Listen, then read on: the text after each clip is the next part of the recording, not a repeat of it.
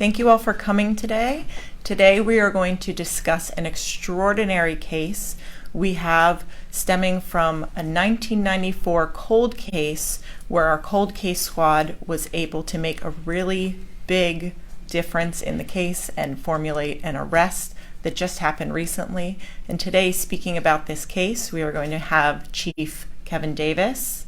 We're then going to have Deputy Chief Eli Corey, and we have the family in this case here today. Chief.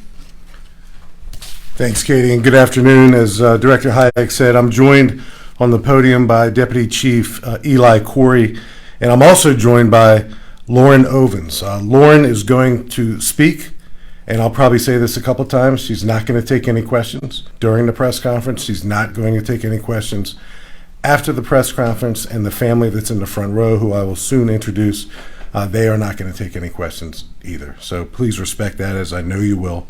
Lauren Ovens is going to speak after Deputy Chief Corey. Lauren is the cousin of Robin Lawrence. Robin Lawrence is our 1994 victim. Doggedness is a powerful trait. Our cold case detectives have that trait in spades. I thank them for their diligence, and it's because of their diligence, it's because of their doggedness that we are here today making this important announcement. 51-year-old Stephen Smirk of Niskayuna, New York, is under arrest and charged with the November 20th, 1994 murder of then 37-year-old Robin Lawrence. This murder in 1994 happened right here in Fairfax County, obviously, in Springfield. We're also here today because of the powerful tool of genetic genealogy analysis. Deputy Chief Corey will walk you through what genetic genealogy analysis not only means to this case, this justice that's finally being served almost 3 decades later, but what it means generally to our ability as a police department and as a profession to ultimately put cold cases out of business. Genetic genealogy analysis. I want to acknowledge and thank a few folks before we get into the details of this case, this 1994 case. We're joined in the front row by Robin's daughter, Nicole Lewis. We're joined by Nicole's husband, Desmond Lewis. We're joined by Robin's sister, Mary Cowens. Mary is joined by her husband, Sam Cowens. We're also joined, as I said earlier, by Lauren Ovens, who's going to say a few words today, and the best friend of our victim in 1994 also joins us today. Lori Lindberg is here as well. A few people to thank. Our lead detectives in 1994, they're not here today, but Detective Mike Headley and Detective Rich Perez were the initial FCPD detectives assigned to this case, and without their good work, we wouldn't be here today. We particularly wouldn't be here if not for the diligence of our lead crime scene detective. He too is retired. Mark Garman was the one who collected the very important piece of evidence, the forensic evidence that we kept all these years, and it finally hit. And it hit big, and that's why our killer is in custody 3 decades later. Niskayuna Police Department, they were instrumental all the way from their chief to their police officers. It's a small town in upstate New York. Chief Jordan Koken, Deputy Chief Joe Twitty, also a couple of their police officers, a detective by the name of Paul Daly, an officer by the name of Cody Hansen, another officer by the name of Derek Breslin, were instrumental, and the cooperation that they gave to our 2 lead FCPD detectives, Detective Melissa Wallace and Detective J.D. Long, was instrumental. And you're going to hear about how that trip to Niskayuna, New York took a remarkable turn, and it led to what was not anticipated. And it is remarkable. So I also want to thank our Victim Services Director, Sally Fayez, and the Victim Services Specialist assigned to this case, Stephanie Romanchuk, for all the work that they've done that has brought us here today. So that's a lot of people to thank. I wanted to get that out of the way first and foremost, because what you're about to hear laid out by Deputy Chief Corey is a remarkable story with an extraordinary, unanticipated ending that just happened a couple days ago. And we're really proud to talk about it. We're really excited that the family, excited is the wrong word, we're honored by the fact that the family has chosen to join us today. Their presence is beyond meaningful, and ultimately we do this for them. So, Chief Corey. Thank you, Chief. So in November of 1994, our officers responded to a call for help. This was in the 8600 block of Reseca Lane, which is West Springfield District in Fairfax County, Virginia. But leading up to that day, our victim's husband, victim Robin Lawrence, the husband was unable to get a hold of her. He was out of the country on a work trip. So he asked a family friend to go by the house and see what was going on. And that family friend discovered this heinous and tragic scene.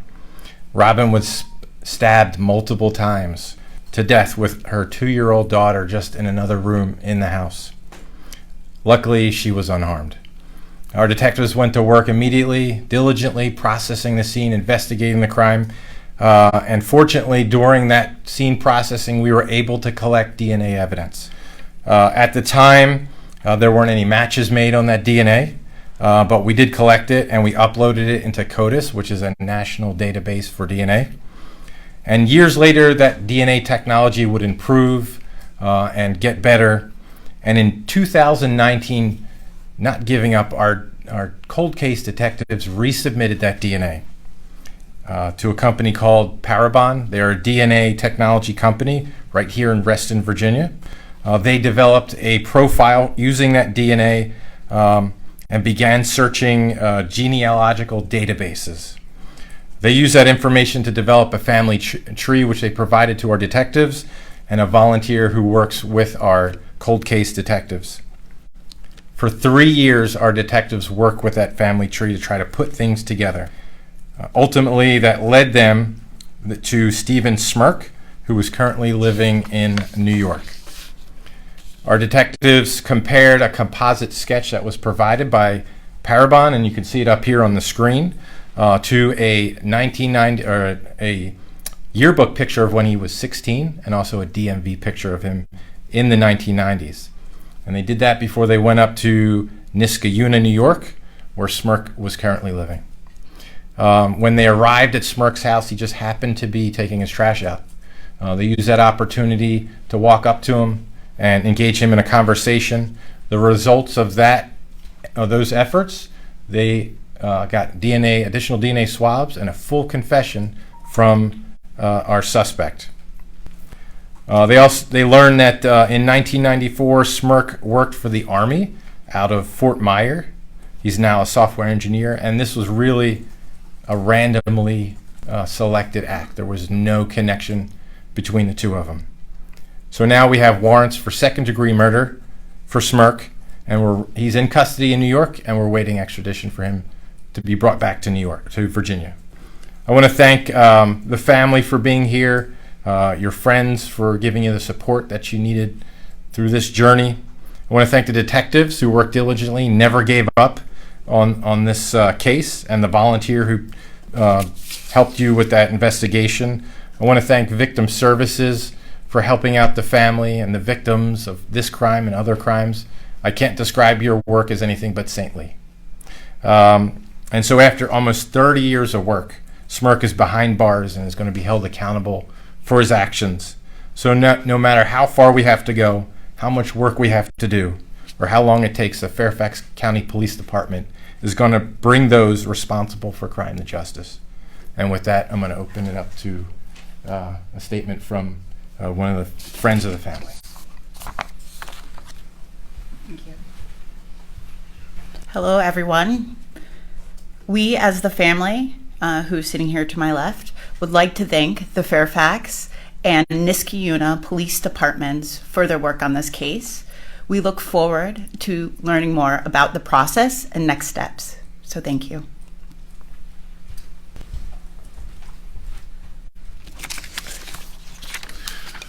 Okay, let's start. Any questions? Julie Carey, put you on the spot. Yes, ma'am. Yeah, that's fine. What about connections to any other crimes in this area? Have you had a chance to check that out, or to any crimes in any other jurisdictions? Thanks, Julie, for that question. And the question for those listening, because we always get the criticism sometimes that the question can't be heard, is what about the connection with this killer to any other local crimes or any other crimes that may have occurred anywhere up into and including New York? We have no reason to believe at the moment that he's suspected in any additional similar crimes, but we leave that open to possibilities. So I think once news of this hits locally, once news of this hits up in Niskayuna, New York, we anticipate that we'll get some phone calls and some information about this person that may lead us to other crimes. But right now, we're not holding anything in our back pocket about other crimes that we particularly suspect him of. Can you offer more description about the conversation between the detectives and him when he was kind of, I guess, I don't know if he was confronted, but engaged with them, whether he was spilling his guts, was he remorseful? I certainly will, Julie, and this is where I get myself in a little bit of trouble with my detectives, but they eventually get over it. This is such an extraordinary circumstance, and our two cold case detectives took a trip up to Niskayuna, New York, in anticipation of furthering their investigation. We didn't know that we were going to see this man on his way out to put his trash to his curb, engaged, like Chief Corey described, him in a consensual conversation. He submitted willingly and without question to a DNA swab. I think that's highly unusual. So that was a clue to our detectives that something may be afoot. They spent just a little bit of time with him, took a DNA sample from him at his home that he consented to. They left their business card with a cell phone number, and then our two detectives simply went back to their hotel and were preparing to come back to Fairfax County when the phone rang. And it was our killer. It was Stephen Smirk on the other end of the phone, and Stephen Smirk said, I want to talk, and I want to talk right now. Our detectives advised him to call 911 and make his way to the local police station in Niskayuna, New York. It's a relatively small town, as it's been described to me. And our detectives immediately, simultaneously contacted Niskayuna Police Department as well. You can imagine Niskayuna PD being on the receiving end of a phone call from Fairfax County detectives who are in their town, and this person saying, I'm on my way to the police station to turn myself in for a murder I committed in 1994. But all that happened. And when we encountered him at the police station and engaged in, again, a consensual conversation with him, one that he consented to, he fully described his involvement, his beyond involvement. He talked about killing Robin, and he talked a little bit about some more details that I won't go into, but it was a full confession. And it was a confession with more than enough details, coupled with the genetic genealogy research, the extraordinary photographs that were up just a few minutes ago. That first sketch is generated by Parabon. That's a sketch generated by DNA. How far we've come. So all of this came together very, very quickly, and he's being held right now as a fugitive, and he'll be charged with murder in Fairfax County. But it all happened very quickly, and again, the doggedness of our detectives to follow this up and not make assumptions that it may not be him, and why bother, and we prioritize these cases in a way that put us in a position to win, and to put the family in a position to have some sense of I don't use the word closure, that's not the word, but some sense that they weren't forgotten. Yes, sir. In his confession, did he give a motive as to why he was there?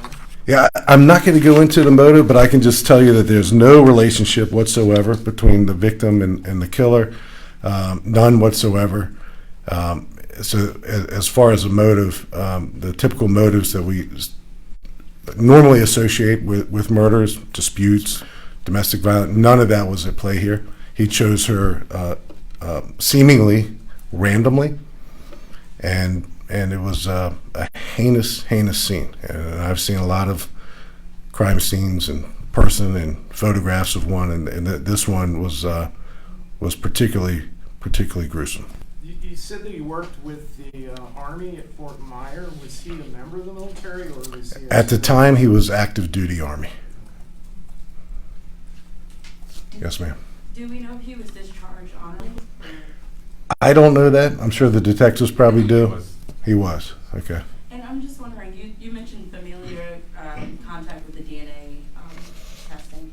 Was it perhaps like a genealogy-based testing that somebody in the family may have done, or another potential?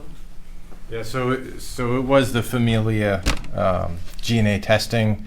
Parabon uses some of those databases, and that's ultimately what gave us kind of the general area to start looking in. Julie, do you have a follow-up? Take Julie and then you. Good. Is that you, Olivia? Yes. Okay. Julie. Do you know where you lived at the time? Did he live in her neighborhood? He was on the base. He was on the base. He was on the base. Olivia. Did the DNA match taken inside his driveway, did that confirm the DNA match that matched evidence from the scene? Yeah, so we actually had the opportunity to take 2 swabs, buccal swabs, and we're waiting on the results of those right now. Is there an estimated time? Yeah, so we got a little bit of a rush on this one, so a couple weeks we should have something back. When will he be extradited? Hopefully soon. Hopefully soon. From what I understand, he's not fighting extradition. Yes, sir. Had he in the past been charged with any violent crime? So I normally don't talk about criminal histories, but I'll tell you this time, he has 0 criminal history whatsoever in his 51 years on Earth. So this is his first time he's being arrested, and he's being held accountable for what he did, unforgivable, in 1994. Chief, do you know anything about his current family situation? Married with 2 children in high school. Yes, sir. Because he was in the Army at the time, I'm unaware. Does the Army have any interest in doing like a court-martial or prosecution themselves since he was there? And we talked about that a little bit, and we certainly have been in contact with the Army. But the evidence that we have, the strength of this case is overwhelming, and we feel fully comfortable that he's going to be successfully prosecuted right here in Fairfax County. That doesn't mean that we've shut the door on anything the U.S. Army can bring to bear to hold him accountable as well. Any other questions? All right. Again, thank you all for honoring the family's request for no questions, and they're going to leave with us, and I'm sure Director Hayek and her team will stay afterwards to take a few questions. I imagine when you digest this, you'll have more follow-up questions, and we're certainly prepared to answer those as well. But thank you for coming, especially on 9/11. But we felt this was important news to share immediately, and I can't thank you enough for being here. And again, a final thank you to the family and the friends. Thank you.